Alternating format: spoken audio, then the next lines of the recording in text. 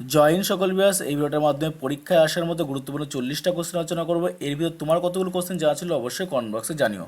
প্রথম কোশ্চেনটা দেখো লেখা আছে, মৌসিনরাম জায়গাটি কোন রাজ্যে অবস্থিত? খেয়াল রাখবে, সঠিক অ্যান্সার হচ্ছে এটা মেঘালয় রাজ্যে অবস্থিত। দেখো, এই মৌসিনরাম হচ্ছে বিশ্বের সর্বাধিক কিন্তু বৃষ্টিপ্রবণ অঞ্চল, মেঘালয়ের পূর্ব খাসি পাহাড়ে অবস্থিত। খেয়াল রাখবে, পরীক্ষায় কিন্তু এই কোশ্চেনটা বারবার রিপিট করা হয়ে থাকে। পরবর্তী কোশ্চেন দেখো, কেন্দ্রীয় মন্ত্রী পরিষদের দায়ী থাকে কার কাছে? তো খেয়াল রাখবে, লোকসভার কাছে। অপশান বি কারেক্ট অ্যান্সার, যে কেন্দ্রীয় মন্ত্রী পরিষদ দায়ী থাকে কার কাছে? লোকসভার কাছে। দেখো কী বলা হয়েছে এখানে, সংসদীয় ব্যবস্থায় মন্ত্রিসভা লোকসভার কাছে দায়বদ্ধ থাকে, আস্থা হারালে পদত্যাগ করতে হয়। ওকে, এবার দেখো পরবর্তী 3 নম্বর কোশ্চেন দেখো, অর্থ কমিশন গঠন সংবিধানের কোন অনুচ্ছেদে রয়েছে? অর্থ কমিশন গঠন সংবিধানের কোন অনুচ্ছেদে রয়েছে? খেয়াল রাখবে, 280 অনুচ্ছেদে রয়েছে। এবং দেখো এখানে কি বলা হয়েছে, অর্থ কমিশন কেন্দ্র রাজ্যের মধ্যে কর বন্টন ঠিক করে। তাহলে কি করে অর্থ কমিশন? কি করে? কেন্দ্র রাজ্যের মধ্যে কর বন্টন ঠিক করে। আর কত নম্বর ধারায় আছে? 280 নম্বর অনুচ্ছেদে আছে। এবার দেখো পরবর্তী কোশ্চেন, সীতারাম রাজু কোন আন্দোলনের নেতা ছিলেন? সীতারাম রাজু কোন আন্দোলনের নেতা ছিলেন? খেয়াল রাখবে, রামপা বিদ্রোহের তিনি নেতা ছিলেন। এবার দেখো 1922 থেকে 1924 সালে অন্ধ্রপ্রদেশের উপজাতিদের এই বিদ্রোহ হয়েছিল। তাহলে এই রামপা বিদ্রোহ কত খ্রিস্টাব্দে হয়েছিল? 1922 থেকে 1924 সালে অন্ধ্রপ্রদেশে উপজাতিদের এই বিদ্রোহটি হয়েছিল। দেখো 5 নম্বর কোশ্চেনটি বলা হয়েছে, ভারতের পর্তুগিজ শক্তির কেন্দ্র কোথায় ছিল? সঠিক অ্যান্সার খেয়াল রাখবে, সেটা হচ্ছে গোয়াতে ছিল।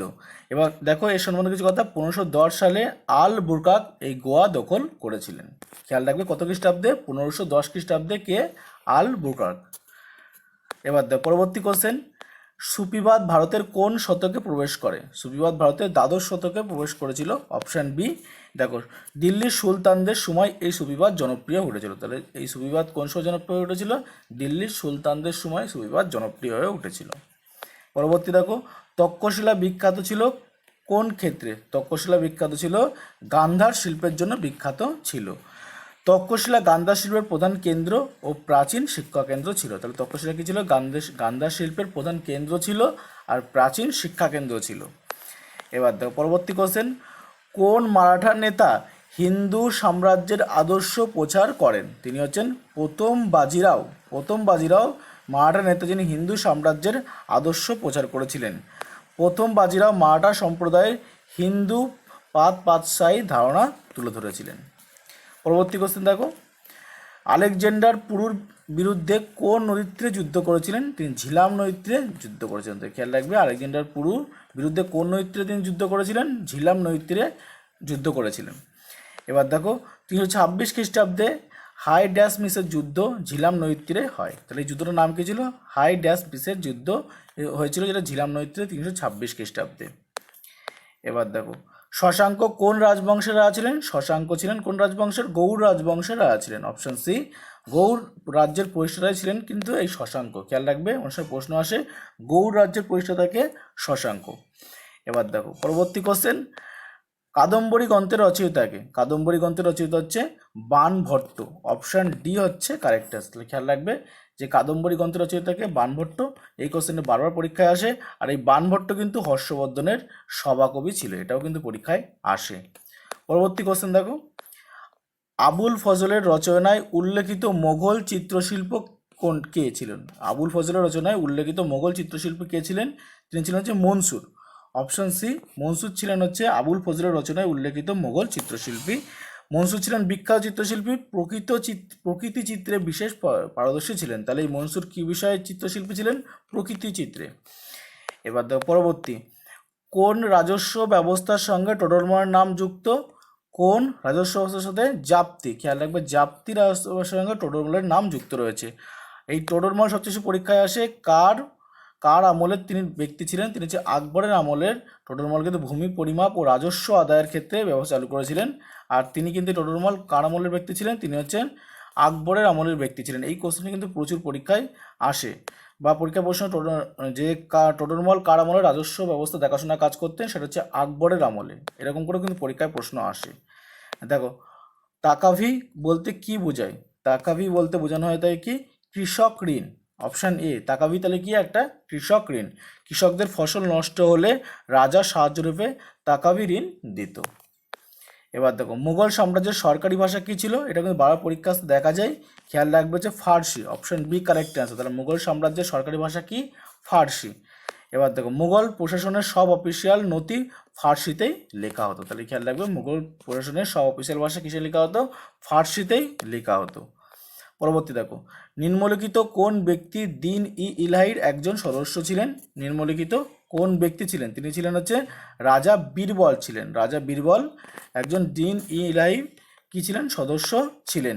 দেখো আকবরের প্রবর্তিত দিন ই ইলাহি ধর্মের অল্প কয়েকজনের অনুসারীদের মধ্যে বীরবল ছিলেন অন্যতম। তাহলে আকবরের প্রবর্তিত দিন ইলাহি ধর্মের অল্প কয়েকজনের মধ্যে অনুসারীদের মধ্যে বীরবলও ছিলেন অন্যতম। অনুসারী পরীক্ষা প্রশ্ন, বীরবল কোন সময়কার ব্যক্তি ছিলেন, তিনি হচ্ছেন আকবরের সময়কার কিন্তু ব্যক্তি ছিলেন। 7 নম্বর কোশ্চেনটাকে বলা হয়েছে কে দু আসপা সি আসপা চালু করেছিলেন, তিনি হচ্ছে কি জাহাঙ্গীর চালু করেছিলেন এই দু আসপা সি আসপা ব্যবস্থা।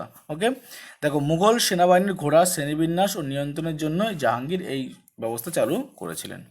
পরবর্তী দেখো 8 নম্বর কোশ্চেন, বুদ্ধের সমকালীন বিখ্যাত চিকিৎসক কে ছিলেন। বুদ্ধের সমকালীন বিখ্যাত চিকিৎসক ছিলেন কে, বুদ্ধের সমকালীন বললে খেয়াল রাখবে জীবক ছিলেন হচ্ছে বিখ্যাত চিকিৎসক।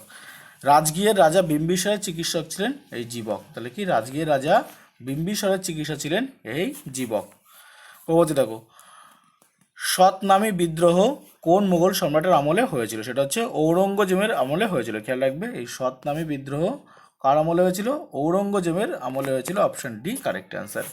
দেখো 1672 খ্রিস্টাব্দে 1672 সালে হরিয়ানায় সতনামীরা এই বিদ্রোহটা করেছিল। পরবর্তী দেখো কোন প্রক্রিয়ায় সূর্যের তাপ পৃথিবীতে আসে, এই কোশ্চেনে বারবার পরীক্ষা আসতে দেখা যায়। খেয়াল রাখবে বিকিরণ পদ্ধতিতে সূর্যের তাপ পৃথিবীতে আসতে দেখা যায়। শূন্য স্থান অতিক্রম করে বিকিরণের মাধ্যমে এই তাপ পৃথিবীতে আসে। পরবর্তী 21 নম্বর কোশ্চেন দেখো কোন ধর্মের কারণে জল কৈশিক নল বেয়ে ওঠে। কোন ধর্মের কারণে জল কৈশিক নল বেয়ে ওঠে, খেয়াল পৃষ্ঠটানের কারণে। Option B correct answer.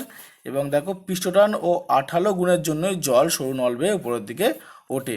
22 নম্বর কোশ্চেন দেখো সমতল দর্পণে প্রতিবিম্ব কেমন হয়ে থাকে। এটা কিন্তু বাবা পরীক্ষা আসতে দেখা যায়, খেয়াল রাখবে অসৎ বিম্ব ও খাড়া হয়ে থাকে। অপশন সিতে রয়েছে, দেখতে পাচ্ছ যে সমতল দর্পণে প্রতিবিম্ব কেমন হয়, অসৎ বিম্ব ও খাড়া হয়ে থাকে। দেখো প্রতিবিম্ব আসল নয়, অসৎ বিম্ব এবং খাড়া থাকে। পরবর্তী 23 নম্বর দেখো সৌরশক্তির উৎস কি। সৌরশক্তির উৎস এই কোশ্চেনটা বাবা পরীক্ষা আসতে দেখা যায়। সৌরশক্তির উৎস হচ্ছে পারমাণবিক সংযোজন। পারমাণবিক সংযোজন দেয় আর বিভাজন দেয়, এই দুটোর মধ্যে কনফিউশন হয়। খেয়াল রাখবে এই সৌরশক্তির দন্তস্বটা শুধু খেয়াল রাখবে সংযোজনের ক্ষেত্রে, তাহলে কিন্তু সারা জীবন খেয়াল থাকবে। তাহলে সৌরশক্তির উৎস কি, পারমাণবিক সংযোজন। এবার দেখো হাইড্রোজেন পরমাণু সংযোজন হয়ে হিলিয়াম হয়, প্রচুর শক্তি উৎপন্ন করে। তাহলে হাইড্রোজেন পরমাণু সংযোজনে কী হয়, হিলিয়াম হয় এবং প্রচুর শক্তি উৎপন্ন করে। 24 নম্বর দেখো মানুষের শরীরে সুষুম্না স্নায়ুর সংখ্যা কত আছে, সুষুম্না স্নায়ুর সংখ্যা আছে 31 জোড়া। Option B correct answer. এবার দেখো মেরুদণ্ড থেকে 31 জোড়া স্নায়ু বার হয়। তাহলে মেরুদণ্ড থেকে 31 জোড়া এই স্নায়ু বার হয়। 25 নম্বর দেখো শিলং শহর কোন পর্বতে অবস্থিত। শিলং শহর হচ্ছে খাসি পর্বতে অবস্থিত। এবার দেখো মেঘালয়ের রাজধানী শিলং খাসি পাহাড়ে আছে। এবার দেখো মানস সরোবর কোথায় রয়েছে, মানস সরোবর আছে কোথায়, কৈলাস পর্বত শ্রেণীতে হচ্ছে মানস সরোবর রয়েছে। Option C correct answer. Okay, এবার দেখো হিমালয়ের কৈলাস পর্বতের পাদদেশেই এই হ্রদটি রয়েছে। তাহলে কোথায় রয়েছে, হিমালয়ের কৈলাস পর্বতের পাদদেশেই এই হ্রদটি রয়েছে। 27 নম্বর কোশ্চেন দেখো পাচিত খাদ্যের শোষণ কোথায় হয়। পাচিত খাদ্যের শোষণ হয় ক্ষুদ্রান্তে। তাহলে খেয়াল রাখবে পাচিত খাদ্যের শোষণ কোথায় হয়, ক্ষুদ্রান্তে হয়ে থাকে। দেখো পুষ্টি উপাদান শোষণ ক্ষুদ্রান্তে সম্পন্ন হয়। 28 দেখো চন্দ্রগুপ্ত মৌর্যের পর কে সিংহাসনে বসেন। চন্দ্রগুপ্ত মৌর্যের পর সিংহাসনে বসেন কে, বিন্দুসার। তাহলে খেয়াল রাখবে চন্দ্রগুপ্ত মৌর্যের পর সিংহাসনে কে বসেছিল, বিন্দুসার বসেছিল। দেখো চন্দ্রগুপ্তের পুত্র বিন্দুসার মৌর্য সম্রাট হয়েছিল। চন্দ্রগুপ্তের পুত্রর নাম কি ছিল, বিন্দুসার। এটাও কিন্তু পরীক্ষায় প্রশ্ন আসে। পরবর্তী দেখো কোনটি মাঝারি পাল্লার ক্ষেপণাস্ত্র, সেটা হচ্ছে মাঝারি পাল্লার ক্ষেপণাস্ত্র হিসাবে অগ্নিকে চিহ্নিত করা হয়ে থাকে। Option C. দেখো অগ্নি ব্যালিস্টিক ক্ষেপণাস্ত্র মাঝারি দীর্ঘ পাল্লার হয়ে থাকে। এবার দেখো 30 নম্বর কোশ্চেন রাউরকেল্লা ইস্পাত কেন্দ্র কোন নদীর তীরে অবস্থিত। রাউরকেল্লা ইস্পাত কেন্দ্র ব্রাহ্মণী নদীর তীরে অবস্থিত? Option B. এটা এই কোশ্চেনকে বারবার রিপিট করা হয়ে থাকে, অবশ্যই কিন্তু খেয়াল রাখবে। রাউরকেল্লা ইস্পাত কেন্দ্র ব্রাহ্মণী নদীর তীরে অবস্থিত। এটা উড়িষ্যায় রয়েছে, উড়িষ্যার রাউরকেল্লাতেই ব্রাহ্মণী নদীর উপরেই এই রাউরকেল্লা ইস্পাত কেন্দ্রটি কিন্তু অবস্থিত, উড়িষ্যায় রয়েছে, এটাও কিন্তু খেয়াল হয়ে পরীক্ষায় আসে। তিলপাড়া ব্যারেজ কোন নদীর উপরে রয়েছে? তিলপাড়া ব্যারেজ আছে ময়ূরাক্ষী নদীর উপরে, অপশান ডি কারেক্ট অ্যান্সার হবে।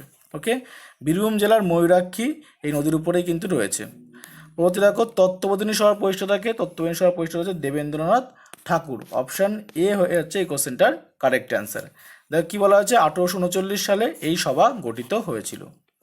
পরবর্তী দেখো 33 নম্বর কোশ্চেন, ভারতের সংবিধান দিবস কবে পালন করা হয়ে থাকে? 26শে নভেম্বর ভারতের সংবিধান দিবস পালন করা হয়ে থাকে। দেখো 1949 সালে এই দিনে প্রথম সংবিধান গৃহীত হয়েছিল, তাই সেই হিসাবেই কিন্তু এই সংবিধান দিবস পালন করা হয়ে থাকে। ক্যাবিনেট মিশন কত সালে ভারতে এসেছিল? ক্যাবিনেট মিশন ভারতে এসেছিল কত? 1946 সালে ভারতে এসেছিল। এই কোশ্চেনটা কিন্তু বারবার পরীক্ষায় আসতে দেখা যায়। দেখো ভারতের সংবিধান রচনার প্রস্তাব নিয়ে এসেছিল এই ক্যাবিনেট মিশন। অনেক সময় পরীক্ষায় প্রশ্ন আসে যে ক্যাবিনেট মিশন অ্যাকচুয়ালি কী ছিল? এটা হচ্ছে ভারতের সংবিধান রচনার প্রস্তাব নিয়ে এসেছিল। পরবর্তী দেখো, কোনটি প্রোটোজয়া?